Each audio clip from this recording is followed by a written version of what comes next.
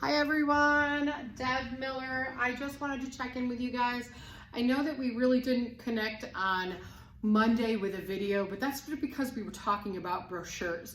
Typically, if you look through my PowerPoints, which you should be looking through my PowerPoints regularly when they are posted. Thank you, Amanda, for letting me know there was no PowerPoint this time. Typically, I have my PowerPoints full of a lot of the different aspects of this course. For example, I'm looking down, sorry, but this is our sales presentation portion of the class. So we address sales and the different components of sales. We talk about customer service, which there's a slide or two in here about this week. Every single class we talk about how we are better salespeople, how we actually deliver pitches, how we actually interact with good customers, bad customers, finicky customers. And then we have the press kit portion, which is more the advertising component, the marketing component to having companies or a product, a particular product that you're selling. So I try to blend all of my PowerPoints, and then I'll put in one or two components of the actual press kit and cover that so that we can build upon it. I had somebody ask me over the weekend if we were presenting our press kit. Really good question, because typically we do present our press kit. We actually do it as an event, almost like a trade show, where each team, and we have students working in a team, because this is a lot of work for one student in particular. So we typically have them working in groups of 3 or 4, and then they set up the table with the table cover, the color scheme, the whole advertising component, just like they would if they were going to a trade show. With you guys all being online, there's no way to really replicate that, and the amount of work for one student is enormous. So what I've done is scale this back. So we will not be presenting. You will not have to do all this work at home alone by yourself. So as you're submitting each portion, and if you look at our press kit, which I have right in front of me, we're almost done. We've already done our PSAs, our public service announcements. We've already done our backgrounder and our fact sheet. We've already done, now we finished the brochures.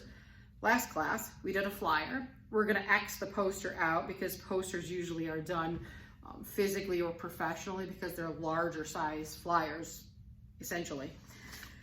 We've done 2 newsletters, which are those routine communications with our internal customers or external customers. We have done 2 news releases, which are bits of information, something that's new that we are parlaying in written format to our public. We have worked a little bit on the social network component of it. I had you working on that for a class, but we'll wrap that up. I had you plan an event, and pretty much the last real section of the press kit itself was business cards, which I think most of you could make on your own as easy as it gets. So if you're looking to work ahead, these are the components all laid out for you on your press kit. We have business cards, which I will show you in a PowerPoint next week when we get back here. We get back here on January 4th, 2021. Congrats on getting out of 2020. But when we get back in January of 2021 or 2021, I'll have it in my PowerPoint to cover what letterhead, envelopes, how putting our logos on those and our business cards make the advertising all sort of blend together. I know that you guys took IMC, or you should have taken IMC marketing, which is integrated marketing communications, where everything looks similar, and that's essentially what we're going to be doing here. But the brochures that we talked about for Monday is essentially, again, brochures are pretty simplistic because it's literally an advertisement for your company or your product on one piece of paper. It's typically a trifold piece of paper, just one back and front. They're typically professionally done, and again, examples would be something like maybe a menu for a particular restaurant, or I've seen them for chocolate, like candy shops that have like all the different varieties of candy they have available and the prices and things like that. They're typically very important to businesses because these are your takeaways. These are the things that people can I'm thinking here on my own about places that I've seen brochures, not only at the travel places where we introduce ourselves to new people coming into our community, which most assuredly is. That's probably the place I've seen the most of brochures and pamphlets and things like that. But I've also seen them in restaurants. I've seen them, I think up in Lakewood at the Mexican place, they have brochures in a little drop box. They also had them at Wing City Grill up in Dunkirk. They had them in Lakewood as well when they were up there. They have them at a lot of the event places like Lucy Desi Museum, things like that. So again, it's a nice way to get the general public more knowledgeable about what products you offer and or services that you offer. So brochures are kind of handy, but they're not overly complicated, which is why I really didn't include them in a PowerPoint in and of themselves. So what I wanted to walk you through today, and sorry for turning my back on you, but what I wanted to walk you through today was just my PowerPoint of the different sections of what I have here. I'm not going to read through them because you can read through them on your own for sure, but I've got the customer service section here talking about how do I actually approach customers, how I greet them, how I give them my attention, listen carefully, speak clearly. People mumble sometimes, it's really hard to hear and it's annoying. So don't keep them waiting. Again, you've already lost them a little bit if you make them wait. We talk about cultural differences. We talk about sales propositions. We talk about perceptions, because again, here in this particular PowerPoint, we talk about behaviors, personalities. We talk about the originals, Sigmund Freud here, id, ego, superego. We talk about Alfred Adler. He was and I'm sure you probably learned a little bit more about him in psychology, but he wasn't a founder of behavior. What he was talking about primarily in his offering to the world of psychology is how do we motivate people? Very important if we're getting to know our customers. So how does this apply to sales? Because we have to know what motivates them. We have to know how to respond to them. We have to know what type of customer we're dealing with in order to know what motivates them. As an employer, what motivates our employees, things like that. So seriously important in regards to sales. So our activity 1 is actually in your Canvas, and it's a personality test. I'll give you a separate video for that to walk you through, because there's a little button you have to hit up on the right hand side of this. So I'll walk you through that on its own. It talks about your personality traits. Obviously, any personality tests are just generalizations, and they based on your responses to questions, they group you together. So then it goes on to talk about the different traits. We got Maslow's hierarchy of needs, which drives customer service, because again, we have to have our needs met in order to provide good customer service. We have service breakdowns. Service breakdowns are any time really that a customer's needs or wants have not been met. So this is a problem because of the fact that it is statistically, it is much harder to recoup a customer, to regain a customer, than it is to just not lose the service to begin with, or not lose the customer relationship, I guess is what I'm trying to say, in the first place. So this is very important. Service recoveries and service breakdowns, they're very, very, very important. This is a video on a service breakdown that is really important. The girl isn't listening to her, so again, watch it on your own. We have customer expectations, behavior styles, the needs between wants, values, beliefs.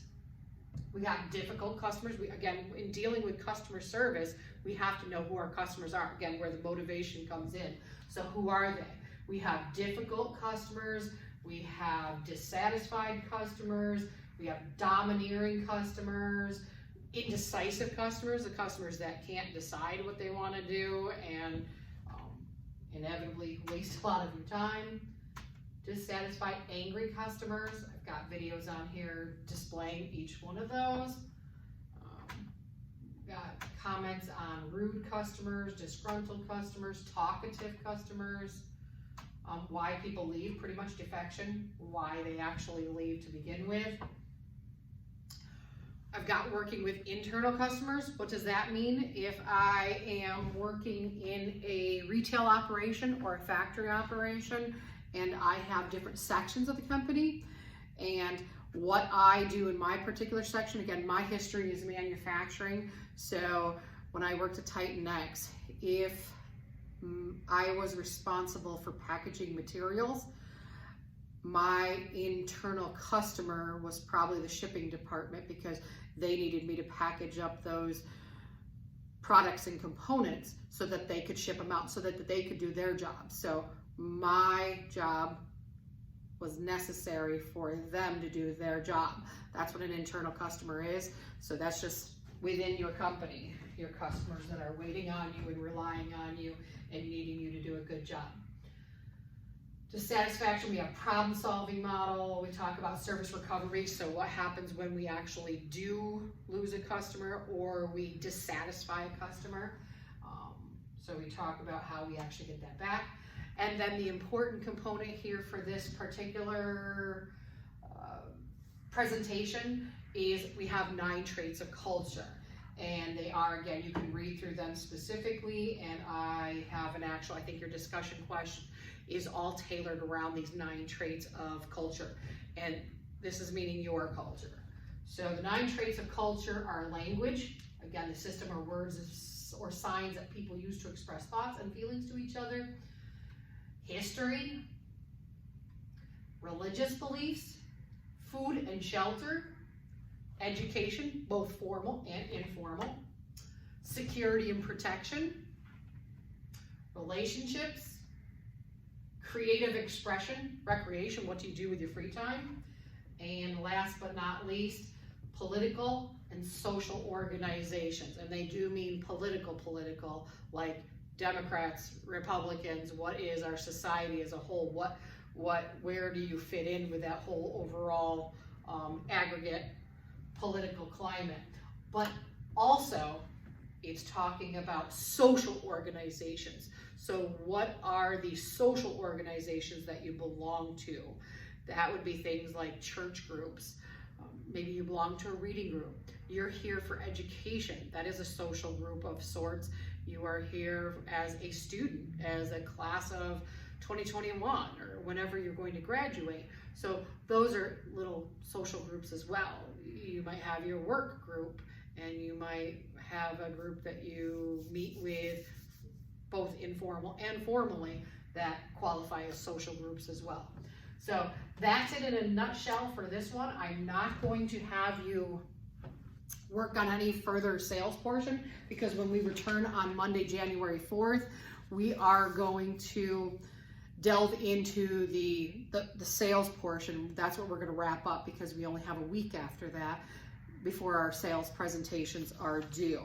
So if you wish to get ahead, and I'm not saying you have to in any way, there's going to be no homework, because I never give homework when you go on break. It's your time to relax, unless you're missing assignments. If you're missing assignments, make those assignments up, please and thank you. But if you wish to get ahead, again, there's only so many things left on your entire press kit. There is the business cards and the letterhead. Again, just take the logos that you just created and put them on there with, you know, a fake address for your company. Again, we're going to skip the poster. The customer service is pretty self-explanatory. It says, how do you communicate to your customers? How do you communicate to your suppliers and vendors? How do you handle complaints for both customers and suppliers? Remember, you're doing business to business, not end users. Keep that in mind, sorry. How do your employers know how to handle complaints? So what kind of process is in place in your business? Do they have a customer call center 24/7 hotline where they can call in and get assistance if something breaks, if the order didn't come in correct? That's what I'm asking here. So, and that's just a write-up in your paper. For your sales presentation, when we come back on the 4th of January, we're pretty much going to be covering section 4, which is the only section we really have left besides part 3, but part 3 is your sales presentation itself. So we're just going to work our way down through section 4 over the last week of class, pretty much coming back on the 4th, the 6th, and the 8th. That's what we're literally going to do, is work our way through this sales portion for product service information. I think it's pretty self-explanatory. It literally walks you through every portion of it, asking for general information about your product, the sales for your product, if you're selling a service. If not, it really doesn't apply. What I mean by that is you might be selling a cleaning service rather than a product itself. If you're selling a product, it asks you a series of questions. Again, those would be on your paper portion. If you've submitted parts of your paper as we've gone through some of these homework assignments, and I have looked at them, everything's caught up as of today, so I have looked at them, and if I had any edits at all, I would copy, save, and send it to your email. Otherwise, it looks great. Again, your paper is probably the smallest portion of this. If you're looking for just the actual format of APA, I have the document for you, as well as Owl Purdue will help and send me a rough draft, and I'll always look over it. But I've been looking at them individually as they come through and giving my feedback on them. So I just wanted to touch base with you guys and let you know what was going on. I'm going to release this all in about a half hour, and I wish you guys a very Merry Christmas and a Happy New Year. Thank God this year is done. 2020 was kind of a rough year for almost all of us, and I hope you stay safe and everybody has an enjoyable holiday. I will see you guys in 2021. Bye, guys.